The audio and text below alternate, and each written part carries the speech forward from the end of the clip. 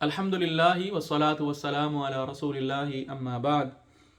سیدنا عبداللہ بن مغفل رضی اللہ تعالی عنہ سے روایت ہے، وہ کہتے ہیں کہ نہا رسول اللہ صلی اللہ علیہ وسلم عن الخذف، نبی صلی اللہ علیہ وسلم نے خذف سے منع فرمایا۔ خذف کیا ہے؟ یہ کنکری جو ہے اس کو ایسے ہاتھ میں لے کے، ایسے ہاتھ انگلی اور انگوٹھے کے درمیان جو ہے اس کو رکھ کے ایسے اس کو پھینکنا، ٹھیک ہے، اس کو کہتے ہیں خذف، کنکری کو یوں پھینکنا۔ اس سے نبی صلی اللہ علیہ وسلم نے منع فرمایا کہ ایسا جو ہے وہ نہیں کرنا چاہیے۔ وقال، اور آپ نے فرمایا، انہ لا یقتل الصید، بے شک اس سے یہ چیز جو ہے لا یقتل الصید، یہ شکار کو قتل نہیں کرتی، اس سے شکار بھی جو ہے وہ نہیں مرتا۔ ولا ینکأ العدو، اور نہ ہی زخمی ہوتا ہے، اور نہ ہی یہ چیز زخمی کرتی ہے العدو، دشمن کو، یعنی نہ اسے شکار جو ہے وہ مرتا ہے، نہ اس سے دشمن زخمی ہوتا ہے، خالی اس طرح کنکری پھینکنے سے۔ تو کیا فائدہ ہے ایسے کرنے کا؟ ایسے نہیں کرنا چاہیے، اس سے منع کیا آپ نے۔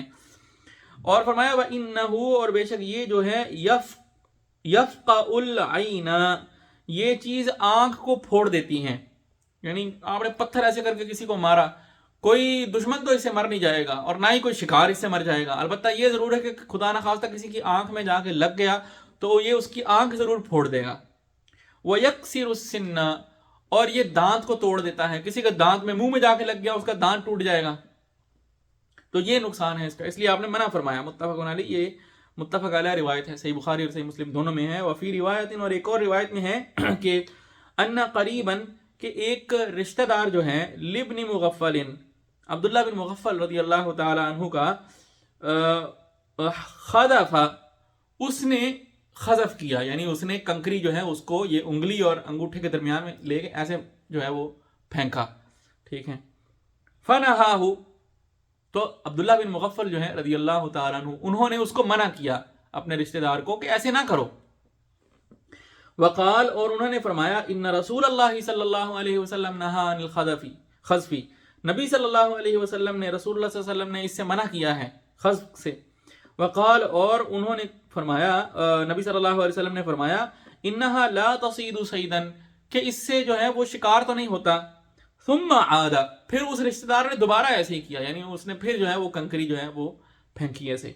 فقال، تو عبداللہ بن مغفل رضی اللہ تعالیٰ عنہ فرمانے لگے، احدثک، میں نے تمہیں حدیث بتائی ہے، میں نے تمہیں حدیث سنائی ہے، ان رسول اللہ صلی اللہ علیہ وسلم، کہ نبی صلی اللہ علیہ وسلم نے نہا عنہ، اس سے منع کیا ہے۔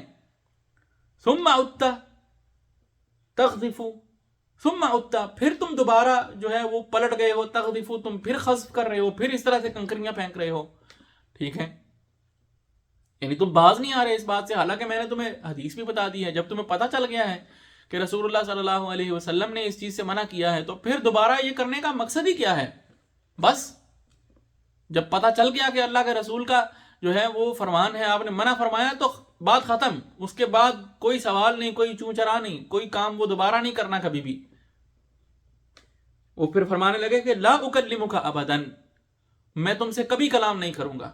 اللہ اکبر۔ دیکھیے صحابہ جو ہیں وہ کس قدر سختی کے ساتھ اور مضبوطی کے ساتھ رسول اللہ صلی اللہ علیہ وسلم کے ساتھ چمٹنے والے لوگ تھے اور اس کو قائم رکھنے والے لوگ تھے، کہ جب یعنی انہوں نے اپنے رشتہ دار کو بتایا کہ ایک دفعہ جب بات تم تک پہنچ گئی کہ رسول اللہ صلی اللہ علیہ وسلم نے اس کام سے منع کیا ہے، تو پھر ایک مومن بندہ جو ہے پاسبل ہی کیسے ہے کہ وہ دوبارہ وہی کام کرے جان بوجھ کے، پھر اس سے وہ کام ہو؟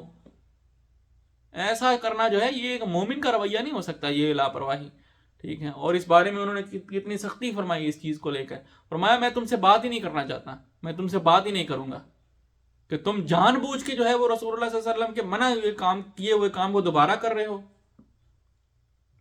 اللہ تعالیٰ سے دعا ہے اللہ تعالیٰ ہمیں عمل کی توفیق نصیب فرمائے۔ وآخر دعوانا ان الحمد للہ رب العالمین۔